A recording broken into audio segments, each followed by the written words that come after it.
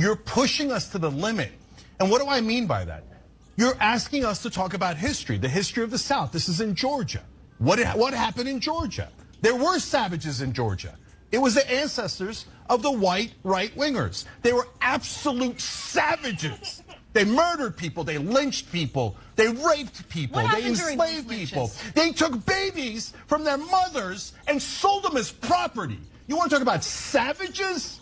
Your ancestors were the biggest savages the world has ever seen. And so don't you dare call a black man a savage after you murdered him.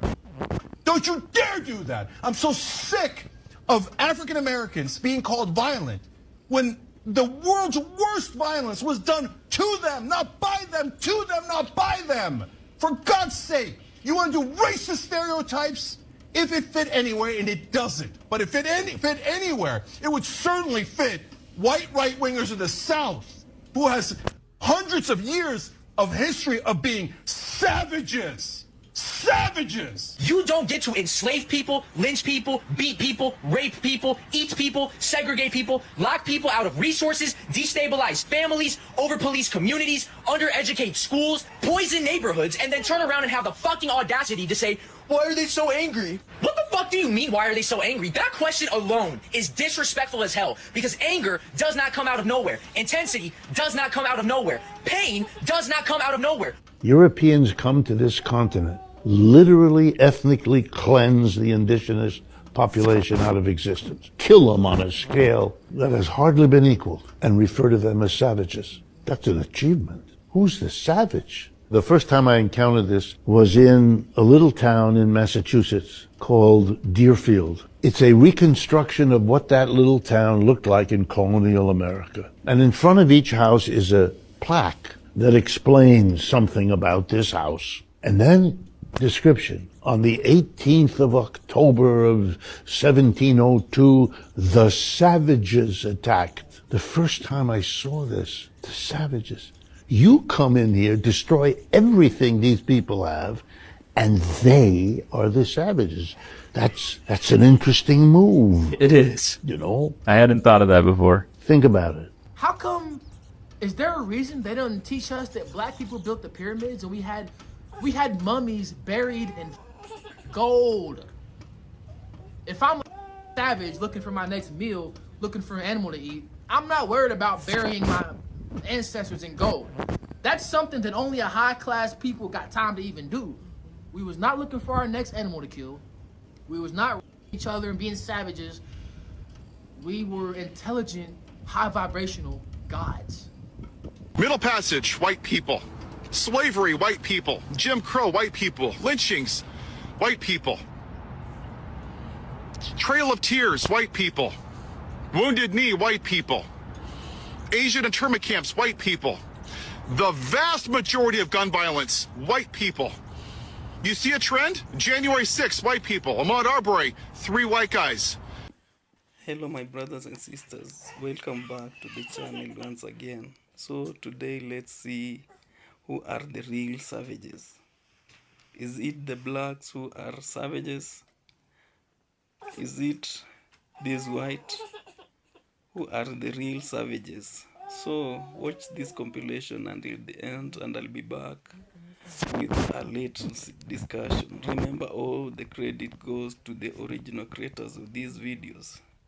We have to remember that we learned from some of the best. They had some white boys came over here that did the first beheadings in Point Coupee, Louisiana, where I'm from. Slave insurrection, that was the way you dealt with it. Tuskegee syphilis incident. We're going to see how black men die if they have syphilis, but we pretend we treat them with penicillin, and we're just going to watch the pathology of how they die. Now, that wasn't back 200 years ago. That was 1930 to 1974.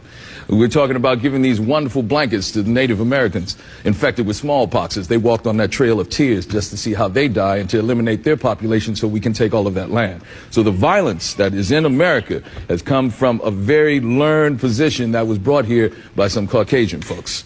All right? So, what is white fear? We can take that question in many directions, but I think that there's only one way to explain this. White people are afraid of other races being in power in this country. They don't like anyone that isn't white involved in anything that can systematically change this country. Especially when it's systemic change that is in the better interest for everyone, not just white people. White privilege is real. Systemic racism is real. And white ignorance is the driving force of both of those. And many white people don't even know this. Many of them don't even believe in it. What many Latinos, Hispanics, Asian people, and black people will say differently. But Roland Martin broke this down perfectly, and I'm paraphrasing here. First, we have to understand white fear. It is important to understand the insanity and the history behind it also. Without the proper knowledge of this, we will continue to be blindsided every time white fear inevitably rears its head. So let's look back when white fear really got its start. Slavery. The moment slaves were given freedom, the South became furious. January 31st, 1865, slavery was abolished. However, most slaves in those southern states didn't find out until June 19th, 1865, a day also known as Juneteenth. And that's just the beginning. Once black men started being voted into Congress in the South, white people lost their minds even more, especially those down in Mississippi. Dude, once white people started screaming, too many blacks are being voted into Congress, that's gotta stop. White fears started brewing in Mississippi. And guess what? Since 1890, not a single African American has been voted into state office in Mississippi. Since 1890. But wait, there's more. Tulsa, Oklahoma, 1921. White fear embedded its ugly head into the section of the town known as Black Wall Street. Black folks had everything there. It was one of the most prosperous African American communities in the United States. Seeing black people succeed? Well, y'all know that don't fly with white mother. This scared white people so much that they thought black people were gonna start taking over everything and even enslave white people. I wish I was kidding. So you know what those white people did? They burned that whole section down. Burned it down because white fear was flowing through their veins. Central High School, Little Rock, Arkansas, 1957. Just because this high school was integrating 9 black students into their program, white fear emerged and had white people following them on their way to school, screaming at them, throwing racial slurs at them, spitting at them. I wonder whose grandma this is today, if this is even alive. I would love to hear her opinion on this matter nowadays. I've been hearing a lot about black fatigue recently, and I want to talk about it, but I can't do it here at home. We gotta go on a trip.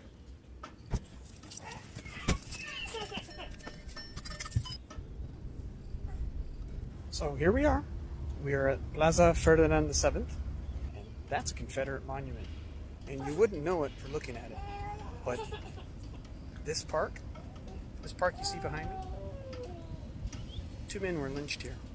Across the street, we have the Pensacola Museum of History. And there's a little sign right over there, remembering votes for women, and that somebody spoke here. And despite how beautiful this park looks, calm and serene, 2 men hung from lampposts. Not these ones, because the lampposts have changed since their deaths. There are all kinds of signs and monuments at this park. We have the excavation of a British fort map of downtown Pensacola, statue dedicated to President Jackson, blacks commemorating a trail, big old cannons pointing to nothing, fun signs on the trash can to remind people to throw away their trash, dance moves, but absolutely nothing commemorating the deaths that happened here. Oh, but Ben, that happened so long ago. Tell that to this guy. His aunt, Lily Davis, was unalived by somebody. And the man that they captured, Leander Shaw, never saw his day in court. Why? Because he was dragged here to this park and hung from one of the lampposts. That woman's niece was also here, even though this happened over 100 years ago. Her niece and nephew were here protesting. What were they protesting? They were protesting that the Equal Justice Initiative was collecting soil from the location of every lynching in the United States, including here in Pensacola. The organizers of that event allowed them to put up a photo of Miss Davis and light a candle in her memory. But despite the fact that Leander Shaw never saw a day of court, they still think he was guilty. We have no idea if he did this or not. So all of you out there complaining about black fatigue, I'm tired of this kind of shit. I'm tired of white people complaining about things that happened in the past. I'm tired of white people blaming black people for things that they didn't do or preventing them getting a day in court. We see it today with Carmelo Anthony. He needs to get his day in court. So many white people, especially on this app, they just want to call him guilty and be done with it. Where just a few decades ago, they'd have had no problem collecting a posse so that afterwards they can celebrate. Whiskey for my men and beer for my horses. I really wish people who look like me could remember the words of a wise woman who once said, you should be happy that black people are looking for equality and not revenge. I hope you all have a good day. America's first recipe was deep fried Native Americans. Yes, they used to cut Native Americans up into chunks and dip them in hot frying oil. That was the founding of this country. The entire town smelled like burning flesh. Yes, the real founding history of this country is, like I said, cannibalism. This is why they're trying to take this out of schools. They don't teach this in schools. And this is why you need to grab the book, A People's History of the United States by Howard Zinn. They've been trying to ban this book for a reason, you guys. If you see the orange shopping cart down below, this book is still on sale and it's still available. White people are the only group of people who will label you the aggressor because you refuse to let them disrespect you. 14 years, from 1863 to 1877, look at the progress that black people made attempting to be free, pardon me. Blacks made great strides achieving political offices, developing private businesses, even setting up dozens of all-black towns. In fact, about it, we had built 60 towns. But white terrorists targeted them for destruction. As in Tulsa, Oklahoma, the first bombs that ever fell in America or on American soil fell on Black Wall Street. Y'all remember Black Wall Street in Tulsa? But white culture is formed in savagery. I also said there isn't a place on God's green earth that they haven't come there and decimated the native inhabitants. There isn't a place. They are murderous savages. That's their culture. They call it conquest. We call it savagery. This is broad history. This is the history of white cultures. When they have the intention to invent a weapon, they don't just invent a weapon that can harm an enemy in one-to-one combat. No. They invent bombs that can decimate entire populations. They invent viruses like smallpox that they spread amongst unvaccinated Native Americans and then decimate their populations. And therefore the Americas, have got a native population which is less than the settler population in certain countries like Argentina. I mean, even a country like Brazil, yes, obviously there are still some native inhabitants there, but their population is less than those who were brought in from Africa as slaves, as well as those who came in as European settlers in the colonial times. So the culture of white people throughout white history, even to this very date, is that of savagery. It's that of inhumane behavior that is normalized to the point where they feel like they're entitled to behave like that. Whites fear violence from us. We do not have a history of killing white people. White people have a history of killing us. See? And what you fear, may I say this, sir? What you fear, it is a deep guilt thing that white folks suffer. You are afraid that if we ever come to power, we will do to you and your fathers what you and your people have done to us. And I think you are judging us by the state of your own mind, and that is not necessarily the mind of black people. White supremacists be like, we was conquerors and slave owners and shit. No, your ancestors were illiterate cousin fucking farmers. And the people who you claim to be descended from were also cousin fucking savages that reaped havoc across the world for economic gain. And most pathetically of all, here you are in the 21st century espousing the beliefs of racial hierarchy. You're a modern working class person under the delusions of fraudulent 18th century science. That is genuinely so fucking pathetic. Let's talk about this story out of South Africa because it says everything about hypocrisy and white supremacy. A white farm owner and his workers are on trial for allegedly murdering 2 black women who were unarmed, women who were simply collecting old dairy products. And after they allegedly murdered them, they fed their bodies to pigs. Think about that for a second. They fed their bodies, human beings, to animals. The part that pisses me off the most with this is these are the same kind of people who look at black folks in Africa or America or anywhere else and call us savages. But tell me this, what is more savage than shooting 2 hungry women and then treating their bodies like trash? What's more barbaric than covering it up by feeding their bodies to animals? This isn't just a crime. This is a reflection of a long, ugly history. If you remember, colonizers stole land, they massacred villages, and they called it civilization. Slave masters whipped, raped, and lynched black bodies, and then had church the next morning. Apartheid made people strangers on their own land. And then when we resisted, they called us violent. See the pattern?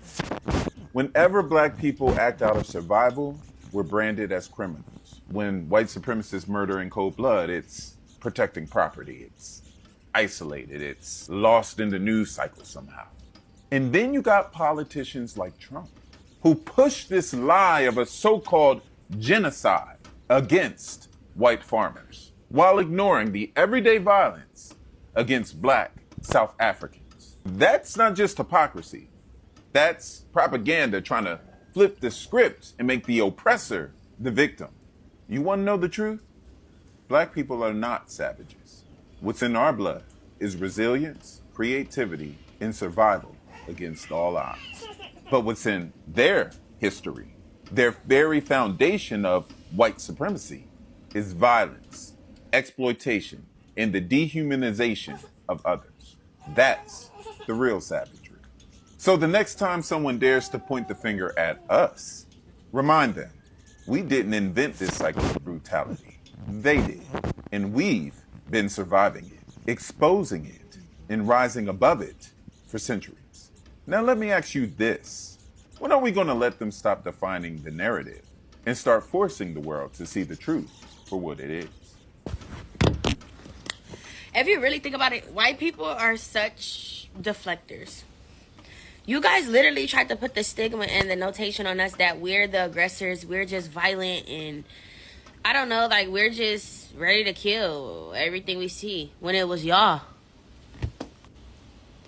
Only in your history are you guys the savages. None in our history does it say that we created or started genocides, or we removed cultures from their country and took them to a whole different nation against their will. Enslaved. I don't think black people was killing others because they were Jews. I don't think black people removed Native Americans from their land. I don't know. This is just history that I'm talking about. It's just like, please live comfortably in y'all skin, which y'all already do. But please just stop trying to put that persona on us, that we're just these negative people that's just ready to be violent, when it's really you guys. In every era, in every generation, you guys choose violence. It doesn't matter. In every scenario. In every scenario. I have nothing against whites, but I am all for black, if that makes sense. take that what you will. White People and Cannibalism Part 4. So, as you guys know, we've been on this journey together, learning about how white people just were munching on people for like the longest time ever, apparently. So we've already talked about medical cannibalism with the mummies, just as a brief recap, and that's why the mummies are so rare. And we're talking about cannibalism during and after slavery now. So, basically, the word picnic, which is now just really disgusting to me, and I'm never going to use it again, really.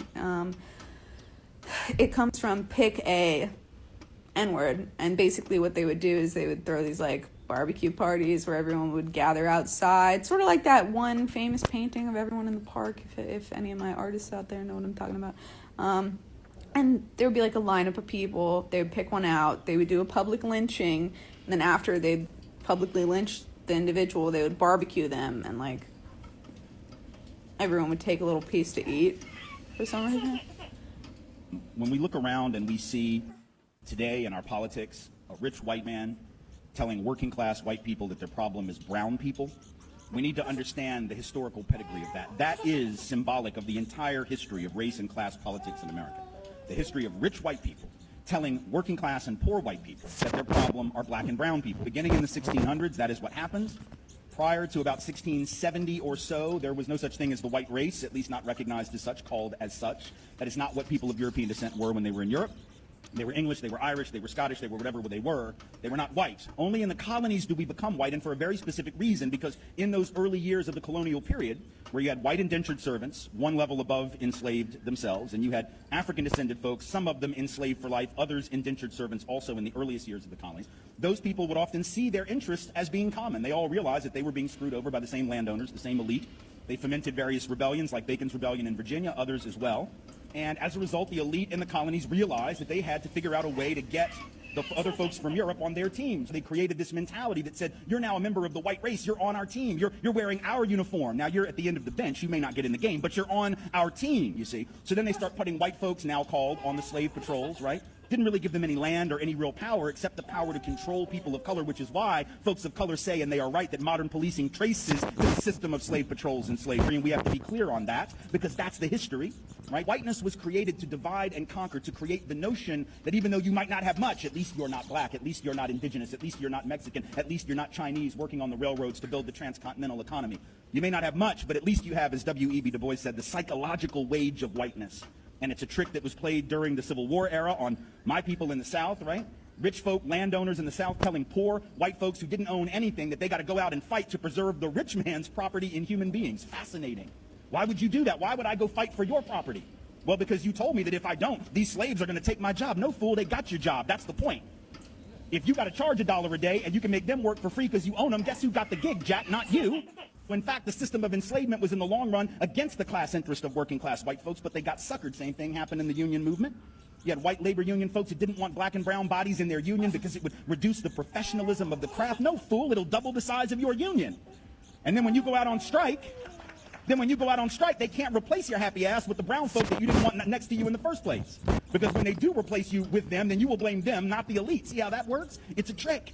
And it has worked for hundreds of years. It is working on some folk right now, and it is our job to resist that with every fiber. We talk about how ironic it is that the right demonizes people of color when the only time I feared for my life has been around a white man. I get so many hate comments like these few here. To the time I just write it off as immature, angry men, but the times that I've genuinely been scared that violence was going to be inflicted upon me have been white men. Not to mention that a lot of domestic violence as well as many mass shootings are committed by white men. There are going to be people in any demographic that commit crimes, but the fact that the right focuses so intensely on the single crime that a person of color commits is so dishonest. Some of the craziest things that have happened to me since I started posting is that I've gotten my account banned because white supremacists mass reported me for being underage, which I'm clearly not. They found my phone number and leaked it, so I had to change my phone number. They tried to get me fired by contacting any school in Chicago to see if I worked there. There was even an online page to see who was calling which school. I've literally been called a race traitor and told that I will be lynched along with POC. So no,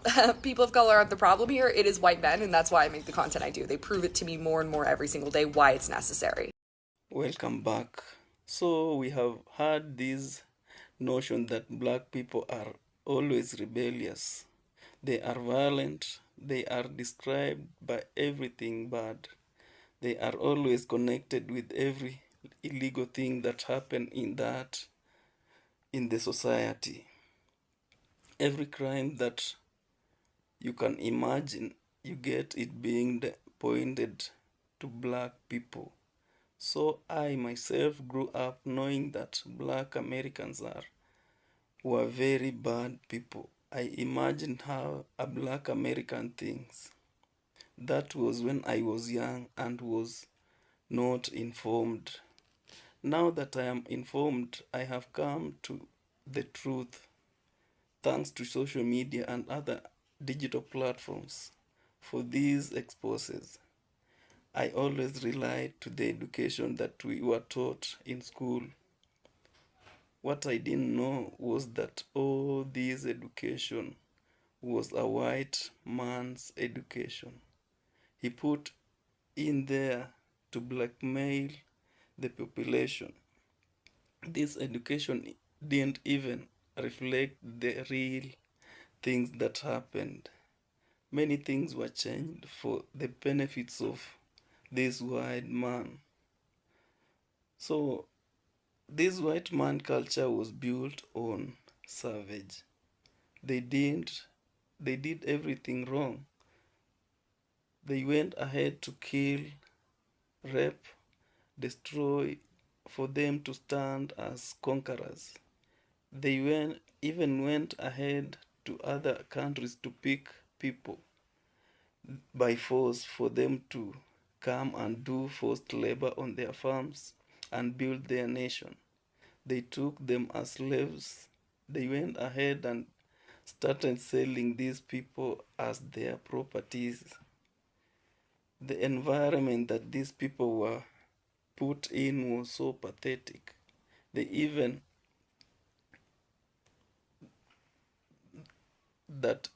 diseases broke out on those ships that were transporting these people to their destinations.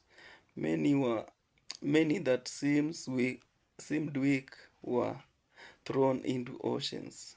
That such things were not taken as serious. It has never been written anywhere in the books, nowhere in this education system that you can find this history. It was taken as if something didn't happen. When thousands of people were killed and thrown into the ocean, it's like these people lives was never a big deal for them. We had massacres that were never addressed in this education. It's like nothing ever happened. When black Americans came out to fight for their rights, they passed through a lot. Others even lost their lives just by speaking their minds. Because of fighting for their rights, they were jailed, they were branded violent. They had no right to express themselves. They even didn't have a right to talk their minds. Not because they had nothing to say, but the only mistake they had was being black. Blacks were never seen as human. They had no place in the society. They were seen as properties to be owned by these whites. Whites are only people who say that you are aggressive because you stand against the disrespect they do to you. In the video, you realize how these white people are so evil. The atrocities is on another level. From white fear, they are afraid of anybody from another race ruling over them. They never wanted that because they would overturn their supremacy. These people are not even ready to compete with other races because they know that they are weak.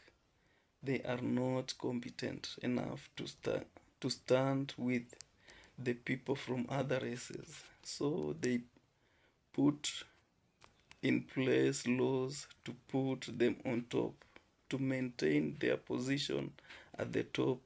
Most of these events of violence and death were started by white people. Comparing these with black events, you get the answer. Who are the real savages? Patients went to hospitals to get treated, but you get the doctors ignore and started learning how a black man dies. What a mind from that, from these people. How evil can someone be to do this? So evil. They went ahead to see